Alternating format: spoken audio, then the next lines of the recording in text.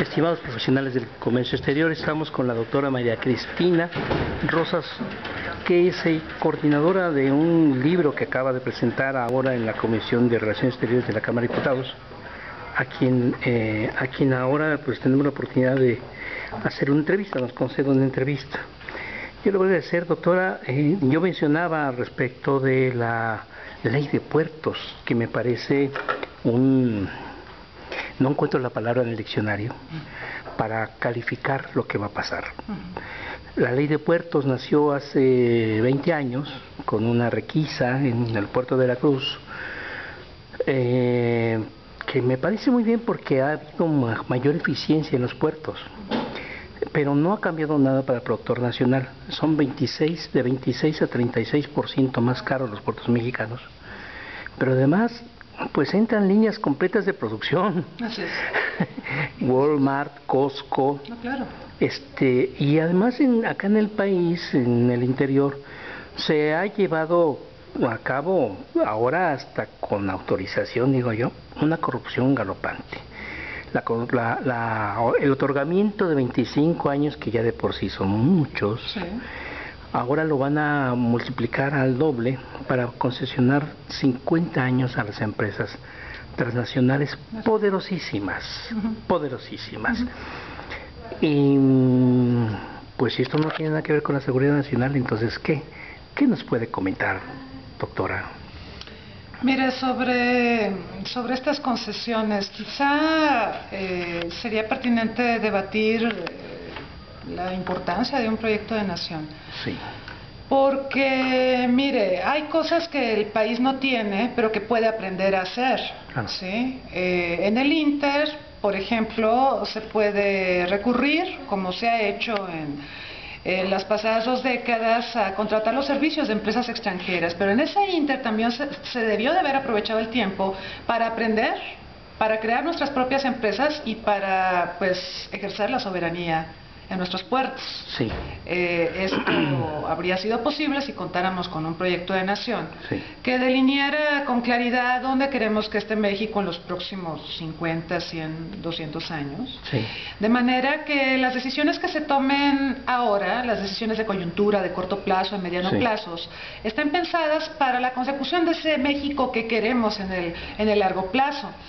A mí me parece, sin embargo, que algo que caracteriza a nuestro país es la improvisación. Sí. Por eso se buscan las soluciones fáciles. Sí. Amén, por supuesto, del tema de que hay una fuerte presión de las corporaciones transnacionales para, pues, que se les renueve esta concesión ahora por el doble de tiempo, lo cual, pues sí es muy escandaloso, sí, considerando que sería importante llamar a cuentas a las autoridades mexicanas para saber qué hicieron en los pasados 20 años, ¿no? Mientras esta concesión era, pues, exclusiva para empresas extranjeras. ¿Qué aprendimos nosotros como, sí, nación en los pasados 20 años?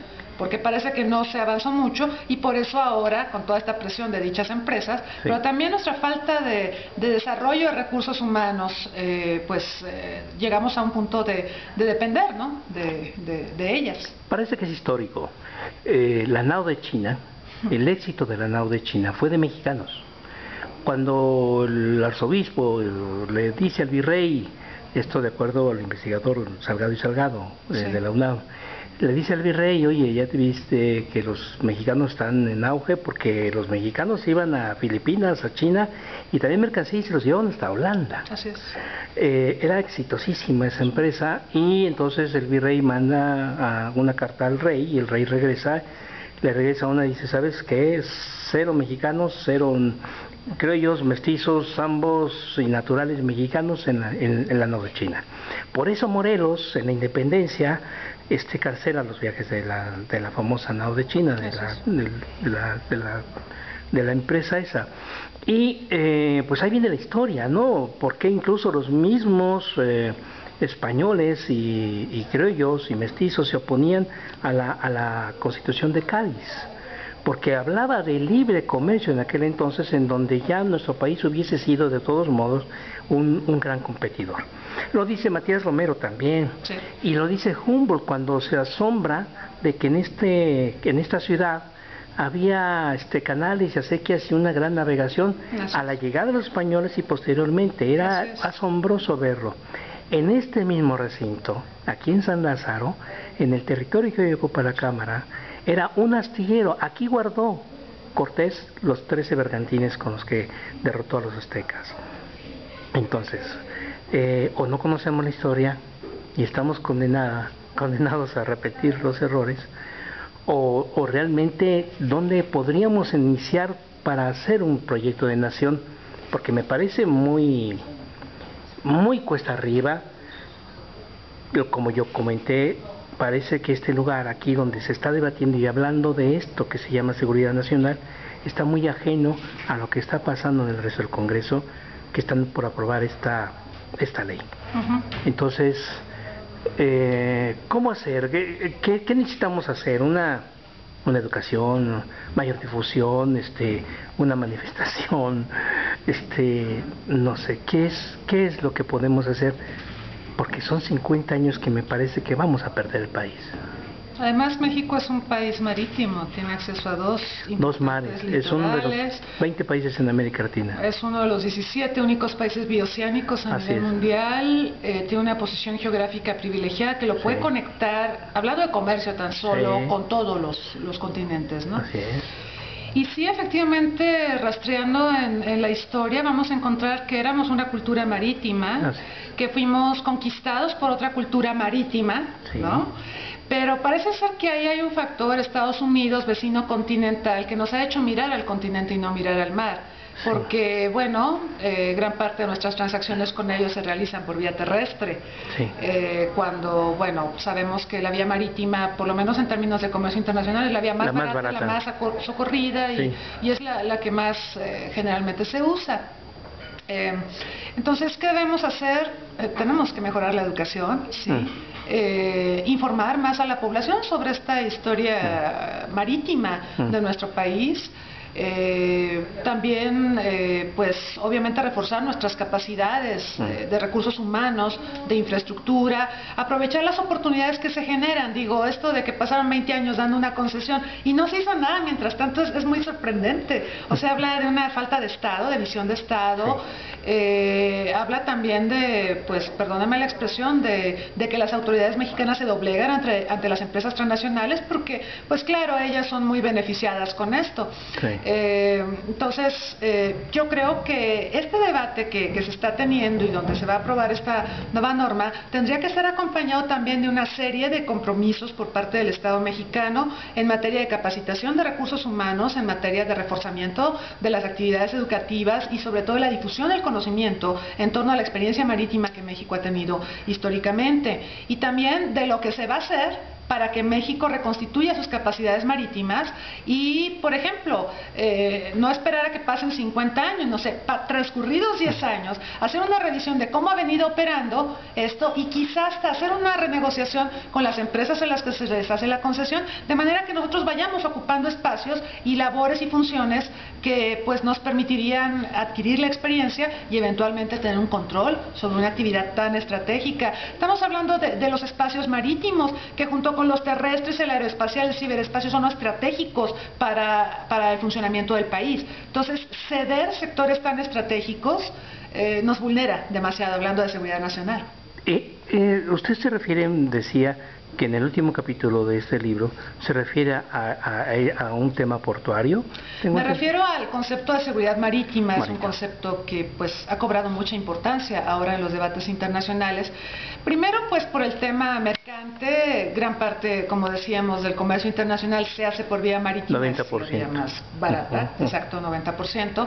Las otras vías son caras, son difíciles, pero también porque transitan muchos bienes estratégicos por vía marítima. Pienso, por ejemplo, en el petróleo. Y bueno, como el petróleo tiende a escasear, y bueno, cada vez es más reducido el número de proveedores, hay que trasladar el petróleo a los mercados consumidores usando embarcaciones que recorren grandes distancias. Entonces, por ejemplo, la seguridad energética es algo que preocupa mucho a quienes estudian los temas de seguridad marítima porque va de una u otra forma relacionado. Pero hablando del caso mexicano, yo detecté pues muchos aspectos preocupantes a propósito de la seguridad marítima. Está, por supuesto, el tráfico de barcos que portan sustancias peligrosas. Sí.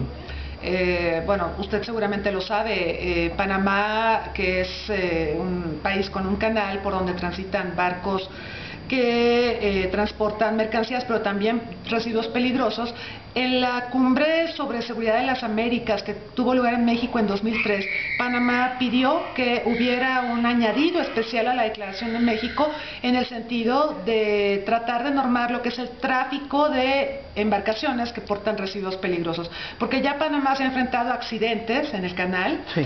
donde pues han sido arrojados al mar, y esto daña a Panamá residuos muy contaminantes. Entonces, ese es un rubro que, por ejemplo, puede afectar a México, ¿no? La navegación de embarcaciones que portan residuos contaminantes, y qué tal que sufren un accidente, y bueno, hay otras dimensiones también de la seguridad marítima para nuestro país. Por ejemplo, el hecho de que el narcotráfico cada vez usa la vía marítima para ingresar a nuestro territorio estupefacientes. Sí. Lo mismo podemos decir del tráfico de personas, cada vez se hace esto más por vía marítima.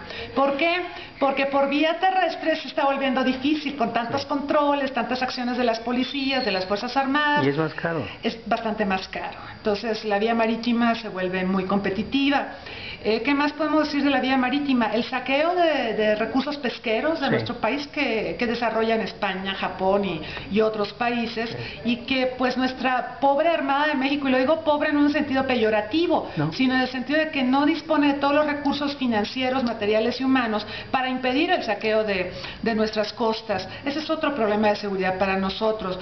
Lo que pasó el año pasado con la plataforma Deepwater Horizon de British Petroleum, que Estados Unidos afirma que no contaminó las aguas mexicanas, pero bueno, eso es imposible de evitar, por Dios.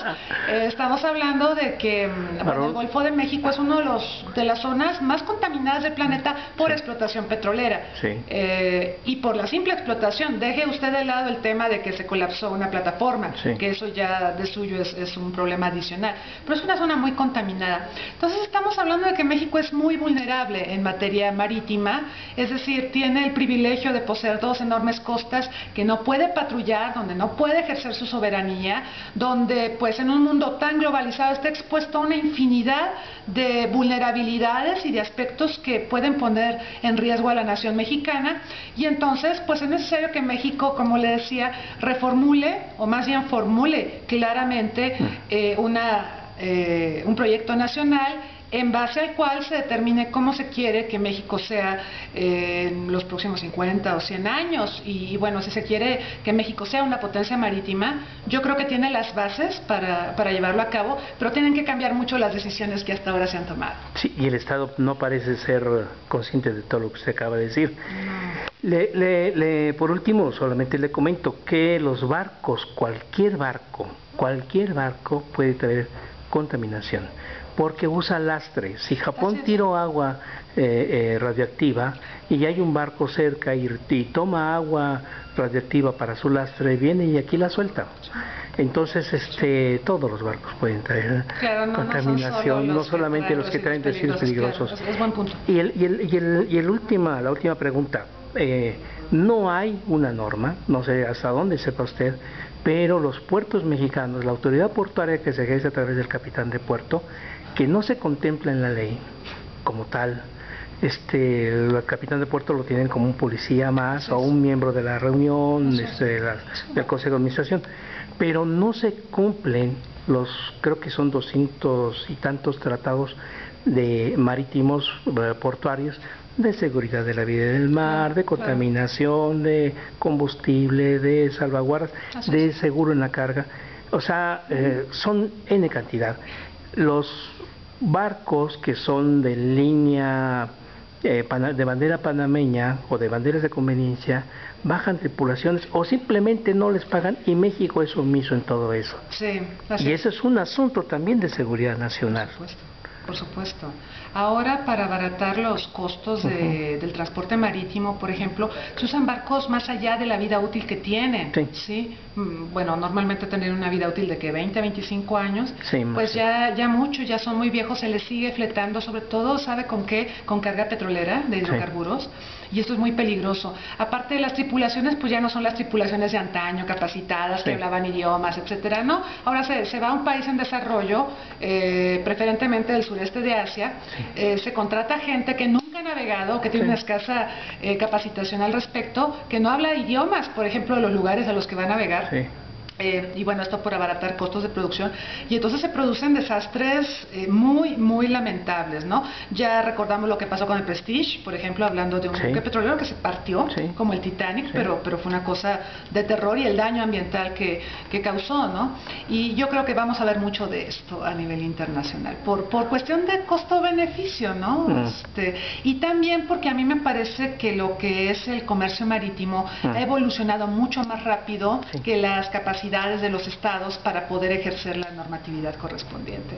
Fíjese usted, nos quejamos mucho del saqueo de recursos marítimos de México, pero en la FAO se negoció ya desde hace un par de años una legislación que México no ha firmado, precisamente para la cooperación internacional y evitar el saqueo de especies marítimas, ¿no? ¿Y por qué no lo ha firmado? No lo ha firmado desde que está en estudio. Pero a mí me parece que mientras está en estudio, nuestras aguas siguen siendo saqueadas, ¿no? Entonces, sí falta mucho de esta visión de Estado. Necesitamos más Estado en cuestiones tan estratégicas como es nuestra soberanía marítima. Muy bien, pues le agradezco mucho. Su libro es La seguridad por otros medios, evolución de la agenda de seguridad internacional del siglo XXI, lecciones para México. Pues yo le agradezco mucho y espero que pues algo se haga, porque la verdad ojalá. yo sí estoy triste, muy triste. Sí, muy preocupante. Muchas gracias. No, al contrario, gracias a usted.